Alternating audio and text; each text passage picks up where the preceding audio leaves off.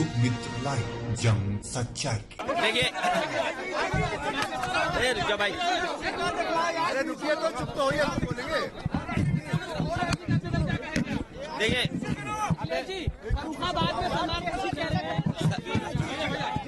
सरकार की नियत नहीं थी नौकरी देने की, और सरकार अगर चाहती होती नौकरी देने की, सरकार की अगर नियत साफ होती तो जिस समय पहला पेपर लीक हुआ था उसी समय सरकार सख्ती से कार्रवाई करती, और उसका परिणाम ये होता कि किसी भी परीक्षा का पेपर लीक नहीं होता। और आज केवल पुलिस भर्ती के पेपर लीक के आरोप नहीं है, बल्कि आरओ एआरओ की जो भर्ती हुई उसमें भी बड़े पैमाने पे छात्र नौजवान धरना दे करके बैठे हैं लोक सेवा आयोग के सामने। वो अपना पर्चा कैंसिल कराना चाहते हैं, री एग्जाम कराना चाहते हैं। आप सोचिए, सरकार जो दावा कर रही थी कि परीक्षा बिल्कुल सुरक्षित होगी, ये देखिए सुरक्षा का पोल खुल गया, और सरकार अपनी खुद स्वीकार कर रही है कि उनकी नाकामी की वजह से पेपर लीक हुआ है। इनकी नियत साफ नहीं रही, जिसका परिणाम यह है कि नौजवानों के भविष्य और नौजवानों के सपनों के साथ ये सरकार खिलवाड़ कर रही है। और ये सवाल 60 लाख 50 लाख का नहीं है, इससे जुड़े हुए 2.5 करोड़ परिवार के लोग हैं जिनके साथ बीजेपी ने धोखा किया है। आने वाले समय में यही परिवार भारतीय जनता पार्टी को उखाड़ फेंकने का काम करेंगे। नहीं, उन्होंने मुझे उम्मीद है कि लोहिया जी वहां से चुनाव जीते थे फरक्काबाद में।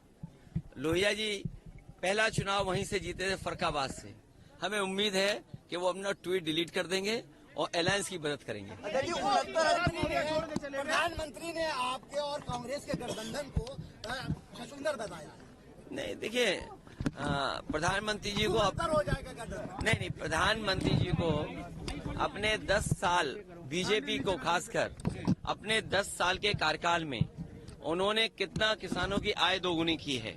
आप बहराइच, आपके बगल का श्रावस्ती, आपका बाराबंकी, गोंडा, ये वो जिले हैं जहां पर आम जनता खेतीबाड़ी से जुड़ी हुई है। क्या किसानों की आय दोगुनी हो गई? महंगाई का आलम तो ये है कि अगर हिसाब किताब लगाएंगे तो कई चीजों की महंगाई दुगनी हो गई। दाल की कीमत क्या थी, क्या हमारे नहीं, कोई अंदर बाहर नहीं। ये बताइए, अगर बाहर ही बोलोगे आप तो प्रधानमंत्री जी कहाँ के हैं, हम कहाँ के हैं? तो आप कहोगे बहराइच में ये इटावा वाले क्यों आ गए? अच्छा, ये एक मिनट, ये दिल्ली वाले चैनल यहाँ क्या कर रहे हैं? ये भाई एबीपी चैनल कहाँ का है? एनडीटीवी कहाँ का है? अच्छा, ये कोई बात हुई? ये कोई बात नहीं है। सुनिए, लोकसभा में ये है कि कोई भी भारत का नागरिक और कहीं भी उसका वोट बना हो वो कहीं भी चुनाव लड़ सकता है, क्योंकि लोकसभा के लिए आप चुन रहे हैं। इसलिए ये बाहरी अंदर नहीं, हाँ प्रधानी का होता है बाहर अंदर। एक बार को विधायक में हो सकता है बाहर सीट को लेकर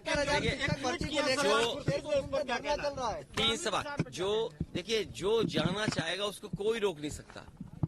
ये लड़ाई बड़ी है, और इतनी बड़ी लड़ाई है कि इस चुनाव के बाद हो सकता है जनता को वोट डालने का अधिकार भी छीन ले सरकार। सलमान खुर्शीद कह रहे बटेंगे। और अपने पड़ोसी देशों को भी देख लो, आप पड़ोसी देशों को भी देख लो। चीन में कोई वोटिंग नहीं हो रही है, रशिया जैसे देश में कोई वोटिंग नहीं होती, नामात्र के लिए वोटिंग होती है।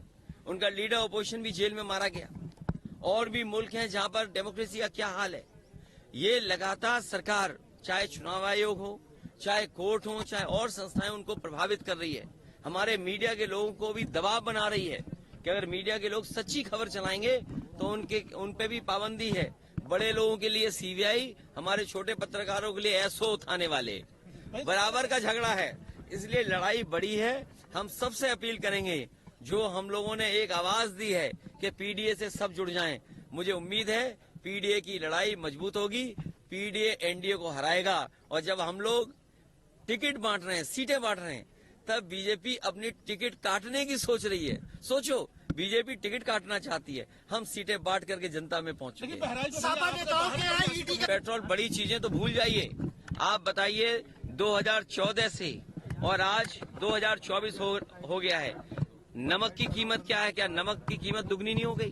नौकरी नहीं, रोजगार नहीं, किसान खड़ा हुआ है उनके सामने अपना हक मांगने के लिए। जो लोग नारा देते थे कि जय किसान, जय जवान, जय विज्ञान। किसान दुखी है, आंदोलन कर रहा है अपनी आय बढ़ाने के लिए।